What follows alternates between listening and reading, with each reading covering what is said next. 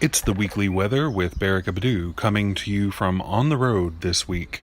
Well, summer is here and it is wet. The grand trine for Cancer, Scorpio, and Pisces this week is intensifying and deepening. We have Mercury passing behind the sun, which means there is going to be an amplification of all powers of the mind. You're functioning at high speed. Get ready to shift it into higher gear.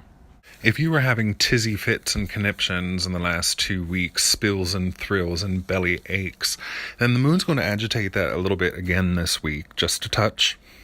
And we have that mysterious humming from Saturn going on in the background, the planet that screams. What does that mean for our self-discipline and self-confidence? Beginning on Monday the 4th, with the moon in Aquarius, we see a fight break out. The lizard king philosopher of the solar system's got to slow his roll because the moon's trying to tell it that you don't have the emotional component yet. I would imagine this would increase rambunctiousness in nature a little bit more, zing and bling flying everywhere. Plus, we have the additional fight of Venus and Pluto. Now, this looks like a seduction game to me where you have two very old gods here. The lady and the tramp mingle, get very deep and draw something by manifesting, sometimes in baby steps and sometimes in giant leaps. Well, get ready for this abduction into the deep dark recesses of the consciousness. If you remember the 86 Ridley Scott film, when he was still good, Legend, actually with Tom Cruise when he was still good, and also this magnificent performance with Tim Curry back when he was still good. We had this amazing dance. This white chick, Mia Sara, was flapping around in the underworld, and she had this music, and she was tripping out, dancing, and all of a sudden this dress and this mannequin just like on her back, and he came out. It was like very cool looking. This is like a Venus-Pluto relationship right there. You can expect the Persephone elements of this myth to come out, especially because Venus is going to be very powerful this month. We'll see. On Tuesday the 5th, things could get a little queer. There's lots of conflicts with lots of minor bodies and lots of commotion in the mind. As the moon moves into Pisces, and we have the tightest conjunction of Mercury behind the sun getting burned like chicken. That's going to re-amplify this weather system we had last month involving Mercury versus Jupiter. But last time these two parts of our mind met last month, it was like Fred Flintstone refusing to ask directions, not reading the map correctly, bumping into this higher Jupiter state of mind, which is, now stuck in the basement like, hey, who turned out all the lights? Fumbling in the dark since October hasn't really been fun, so we're glad Tuesday isn't really that eventful. We'll see it as a series of divorces, if anything. Ideas become separated from one another. Now, on Wednesday, as we get away from our own inner divorce court of the mind there, we'll have the moon moving into phase with Neptune, meaning an increase in dream states and lucid states of consciousness, but also loony urge to support this grand trine with Jupiter in the dark and Venus over there shining bright in the middle of the week. So there's going to be water on top of water. All of the water signs will naturally benefit. Wednesday's tension is the sun squaring off against Neptune, and so you have the entire gravitational disk of the solar system being shifted on a 90-degree spin for a second. So it is going to be like a spin cycle from the deep consciousness with the very lucid infinite present. Virgo and Taurus are going to have to look out. There's also going to be a square off between Mercury and the moon, so there's going to be some emotional and mental tension in the air, some psychic buildup.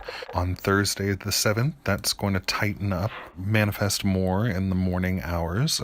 Could be a good time to take a headache pill. Getting back to that seductive tango dance of the damned there, that little seduction of the mind inside peaks on Thursday as the moon moves into Aries, which is going to increase the tempo, a bit of inner fluttering of the heartbeat or butterflies in the stomach. But that's the nice thing about this square off between Sun and Mercury and Neptune. It's like when you look at something in a crystal, it diffracts the light into different parts of the spectrum, and different levels of self and different voices from within can be present and heard.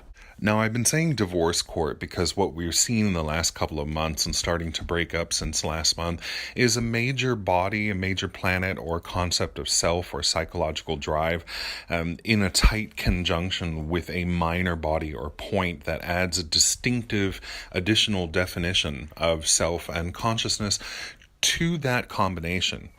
Presently, it's Saturn, our inner self-discipline, breaking up with Vesta, which is our sense of what we really ought to be doing at all times. And now also Pluto and Lilith, representing our drive for fight or flight survival mechanisms, transformation, evolution, splitting up from this idea of being separate from the collective and on our own in terms of self-empowerment. Pluto is in a divorce situation, and Venus is looking at it right in divorce court like, order, baloney, sir. The beneficiary of these divorces is actually going to be Uranus and Taurus, but now we're going to see a collection of these little bodies make positive, beneficial aspects to the original rebel of the solar system. You suddenly have all of these happy divorcees gravitating towards this queer eccentric. It is like what we called back in the day, excuse my language, fag hags.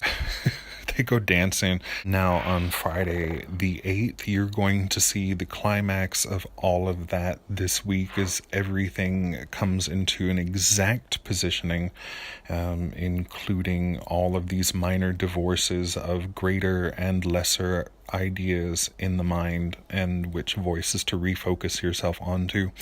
The whole lens and rainbow effect, splitting the energy of consciousness into so many different levels and feeling all of it with the heavy water tension of the trine setup. The tango is going to be fantastic, so stay safe and above water, and if you can, get your freak on.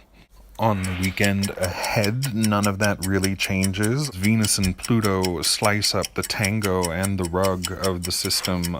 Next weekend, we'll just see more of that divorce court action taking place and all of the gay divorcees flocking to the well-dressed dude over there. And honestly, that's much better than Thor's hammers popping off with migraine level tension all the damn week. This edition of the Weekly Weather with Bearykah Badu is valid through the 10th of June and is dedicated to the memory of one of Gemini's most versatile talents, musician and songwriter Prince, who with his eclectic style and his seductive charms scandalized an entire generation, but left us with the quiet advice to smoke them all with an intellect and a savoir-faire. He would have been 60 years old on June 7th. That's it for this week. I'll catch you guys next time in the purple rain. Remember, you've been read, but don't panic.